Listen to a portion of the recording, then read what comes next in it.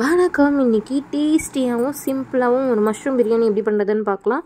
அதுக்கு ஒரு 50 gram meal மேக்கரை hot வாட்டரில் போட்டு பாயில் பண்ணி வச்சுக்கோங்க. அதுக்கப்புறம் ஒரு குக்கரில் பட்டை, லவங்கம், ஏலக்காய், பிரியாணி இலை, ஒரு ஆனியன் இதெல்லாம் போட்டு வறுத்து விட்டுக்கோங்க.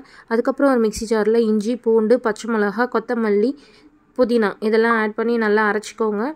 அதை வெங்காயம் வதங்கினதுக்கப்புறம் ஆட் பண்ணிவிட்டு ஒரு தக்காளியும் அரைச்சிட்டு சேர்த்துக்கோங்க. நான் இன்றைக்கி சிப்பி காளான் தான் எடுத்துருக்கேன். அதை நல்லா வாஷ் பண்ணிவிட்டு தண்ணி பிழிஞ்சிட்டு கட் பண்ணி போட்டுக்கோங்க. அப்புறம் ஸ்க்ரீனில் தெரிகிற மசாலாலாம் ஆட் பண்ணிக்கோங்க. இது கூடவே 2 டேபிள் ஸ்பூன் தயிர் ஆட் பண்ணிக்கோங்க. கட் பண்ணி வச்சுருக்க மஷ்ரூமையும் ஆட் பண்ணிவிட்டு மசாலாவோட பச்சை வாசனை போனதுக்கப்புறம் நம்ம வேக வச்சுருக்க மீல் மேக்கரையும் தண்ணியை பிழிஞ்சிட்டு இதில் ஆட் பண்ணிக்கோங்க. ஆட் பண்ணிவிட்டு நல்லா கலந்து விட்டுக்கோங்க. நான் இன்றைக்கி பிரியாணி ரைஸ் தான் எடுத்திருக்கேன். 1 கப்புக்கு 2 கப் தண்ணி ஊற்றிக்கலாம். ஊற்றிட்டு இந்த மாதிரி பாயில் ஆனதுக்கப்புறம் வாஷ் பண்ணி வச்சுருக்க அரிசியை ஆட் பண்ணிக்கலாம். ஆட் பண்ணிவிட்டு சால்ட் கரெக்டாக இருக்கான்னு பார்த்துட்டு மூடி ஒரு மீடியம் ஃப்ளேமில் 3 விசில் விட்டு எடுத்திங்கன்னா பிரியாணி ரெடி.